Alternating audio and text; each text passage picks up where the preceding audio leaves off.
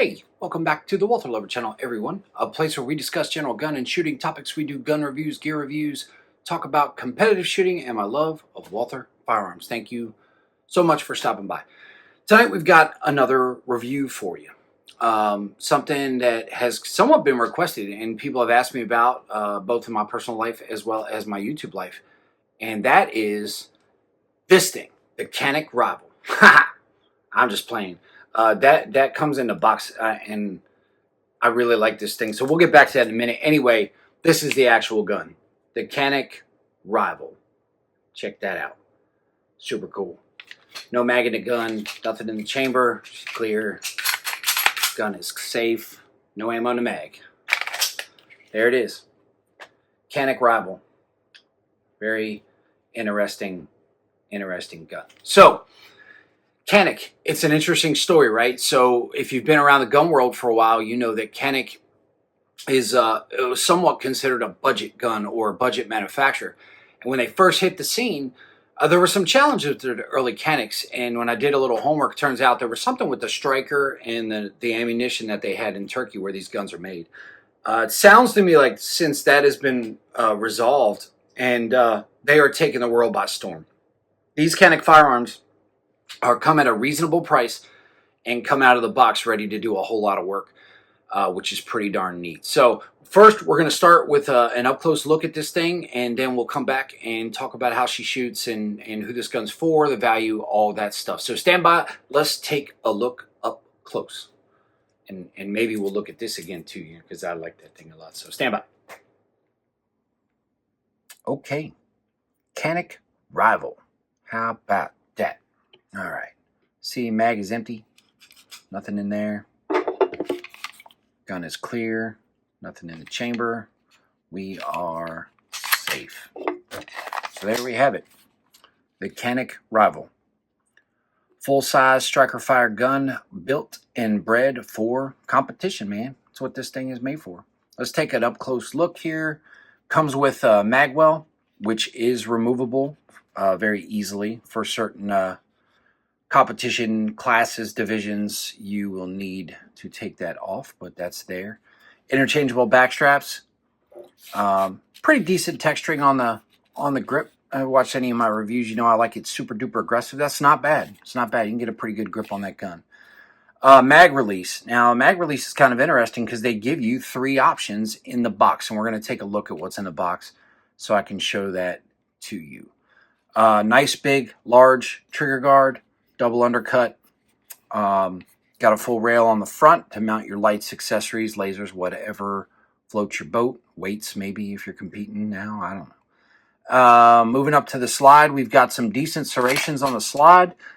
As you can see, this gun does have an optic mounted on it. This is the Bull Optics MS2. We'll talk about that a little bit later. Decent serrations front and rear. Not bad. Easy to get a hold of.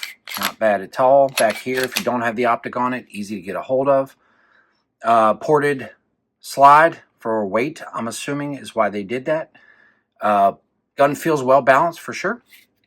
Kind of integrated beaver tail there. It's easy to get a nice, high, comfortable grip. Very super cool. Again, this gun's got an optic mounted on it, but if we talk about sights, got a front fiber and a rear blade adjustable sight that had to be removed to mount the optic. And we're also going to talk about that because there's another model that doesn't force you to do that, which is kind of interesting. Nice big slide lock lever that is ambidextrous, so you've got got that thing on both sides of the gun for you lefties out there, which is pretty cool. Takedown notches. Magazine, in addition to the magazine release, in addition to having multiple size options, you can, of course, swap that over for all of you lefties. There you go. Pretty cool. So, how's the trigger? Let's look at it again. Gun is clear. Nothing in the chamber. Nothing in the mag. All right. Trigger. Here's your take up. Here's a wall. Break. What? Reset. Let's see if we get you a little better light here. There's a reset. Break. do it from full again. Ready? There we go. Take up, wall, break. Nice positive reset. Break. Excellent trigger. But if you've looked at these guns at all, I'm not telling you anything you haven't heard. The triggers are pretty daggone phenomenal. A little texture up here for your thumb to rest if you're that kind of shooter. Nice gun, man. So there you have it. That's an up-close look. Let's take a look at what is in the box with this thing, because it gets kind of interesting. Stand by. Okay, so looking at the box, clearly you get a lot of stuff with this Canik. This is obviously, the gun comes with a holster. That is pretty darn cool. So if you want to compete, and look, it's not like a super high-end holster, but it shouldn't be, right? For the price. There's a little adjustable retention there. Standard 3-screw pattern, which will fit a lot of the holster hangers out there for competition shooting. That's pretty cool. So gun comes in a holster. I think that's pretty darn neat. In addition, you've got your trigger guard lock. Then you've got your optics plates. That's right, another quote-unquote budget manufacturer that figured out how to give you the plates right in the box. Way to go, Canik. Nice work. So you get 4 optics plates with this version. With the dark side, which is the all-black version of this gun, you get 5. 5. So why did they do 4 in one and 5 on the other? I don't know. A little strange. The challenge with this gun, if you put an optic on it like this one has, you lose your rear sight. If you get the Rival dark side version, it has a plate. I don't really have a good example to show you, but it gives you a plate that allows you to retain your rear adjustable sight. And I actually like this sight a lot, so I would certainly like to keep that on the gun. But unfortunately, with this gray version, that's what you get. So something to consider if you're thinking about buying one of these guns. You may want to get the dark side version that allows you to retain the sight. In addition, there's additional fiber optics that would not fit in this little storage container, which I'm going to show you in a minute. You also get 2 aluminum base pads. So the mags that you get, which I'll show you, because the mags, you get 2 magazines. Should have been 3, Canik, but that's my thing. Very nice, high-quality magazines made by Mekgar, which I think we can all feel pretty good about. They come with these plastic base pads on it. It's an 18 plus 1 gun, so it's an 18 magazine capacity. Get a loader, but you get 2 mags, 2 of these Mekgar mags with the gun. I don't know if I mentioned, but it should have been 3. In addition to those polymer base pads that come on the magazines, they give you 2 aluminum base pads, which is pretty cool. Especially if you're competing, want a little extra weight to be able to drop those mags. That is pretty cool. So let's look at the other side of the box, because that's pretty interesting too. Canik is so generous, I can't even show the box in one shot for you here, but you get your cleaning tools, which I am a huge fan of getting. You get your 2 additional back straps. You've got a punch tool to be able to put those back straps on, which is pretty cool. And then you get this little guy. Look at that thing. Yes, it is a little minigun that does not shoot anything. So wrench there.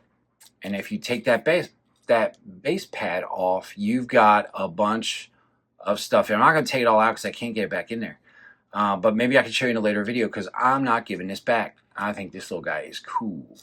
So yeah, it's a little toolkit. And you've got your magazine buttons in here, the additional buttons it comes with, the additional fiber optics, some screws and stuff like that. It's pretty neat. So you get that little guy as well with the gun. So I think it's safe to say, if you look at everything in the box, this thing is a huge, huge value for the money. All right, moving on. Let's talk about this thing some more. So we've taken an up-close look at the gun, and we've looked at the box, which is like a plethora of treats and surprises, which is pretty darn awesome. So let's take a look at how this gun shoots. Well, the gun is built for the shooter. There's no question. As you saw from the sit-down video, The trigger on this gun is pretty unbelievable, especially at the price point where this gun comes in. Pretty remarkable. Now, I'm not going to lie to you. For some reason, I struggled with this gun, and I don't know what it is. Perhaps the size, the weight, it's pretty light, and I'm used to a heavy gun. Maybe change the backstrap on the back. I don't know, but for some reason, I struggle with this gun. Now, as you've seen in the videos and the up-close look, this gun has the Bull Armory MS2 mounted on it, the red dot. And this gun doesn't belong to me. This is a borrowed gun. The person that owns this gun has checked out this MS2 from Bull Optics that I reviewed and really liked it on a couple of my firearms, so he's put it on this one. Now, we are not certain if the zero has drifted on this or not. It's possible. We re-zeroed this gun this past weekend, shot it, and she's dead on accurate, no question. So it's certainly not the gun. I think that there's something about this thing that we just don't get along that well. That being said, I still managed to shoot it fairly well, just not as well as I expected, and not as well as I've seen other people shoot with this gun. But it's a flat shooter, an unbelievable trigger. We looked at that in the up close videos. You saw the trigger work. It's just phenomenal. That great positive reset, audible click. It's just absolutely phenomenal trigger. For the money, this gun is an absolute steal.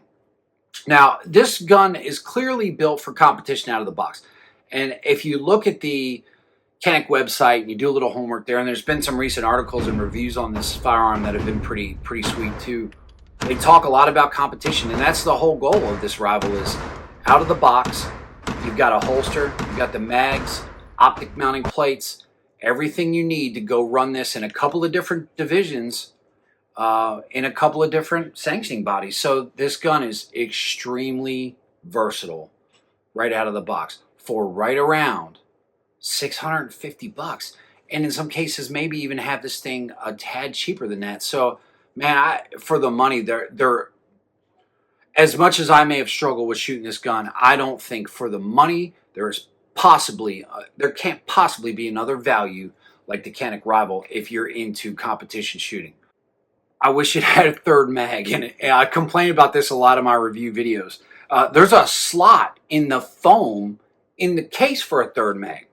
So a buddy and I were talking about it, and we thought, hey, maybe the dark side version, which is the all-black version of this gun, we're going to talk about that in a minute, comes with a third mag, and apparently it does not either. So there's a slot in the case for it. I don't know why they just wouldn't include a third mag. That being said, I'm really nitpicking now, right? It's really nitpicking a absolutely terrific value for the money firearm. Optics plates. Get 4 of them, which sounds pretty awesome, right? But you saw in the up-close video, and I'll show you again here, if you mount an optic on this version of the gun, you lose your rear sight. Now, for some of us, for me, a dedicated gun that I have a red dot mounted on, I'm not really worried about a co-witness situation, especially if the gun's for competition or something like that. If you're carrying a gun for self-defense, home protection, in case of a red dot failure, you certainly want backup sights, and I understand that, and I own those as well. But that's not a big deal to me. But I think to some people, that's going to be a big deal. The only reason it bothers me is I really like the sights that come on this gun. The rear blacked out blade, serrated blade, fully adjustable in the rear, and the fiber in the front. They even give you replacement fibers. It's a lot. It feels like a bummer to give that up by putting a red dot on it, but I'm also not Mr. Red Dot shooter. Overall, absolutely steal for the money. And like I said, I think that I'm just going to keep this. And I think this is now my gun. So for my buddy out there, thanks, man. It's a great present. Mainly because I wanted this thing. I mentioned that in the sit down. That's pretty cool little set of stuff in there. Anyway, that's all I have for you. That's the Canik Rival. I think for me, if you're somebody who's considering getting into competition shooting, or maybe you just started, you're not really sure what gun is for you, you'd be doing yourself a disservice to not check out this Canik and potentially start competing with this again, right out of the box. Everything you need for most divisions. You may have to buy a couple more mags.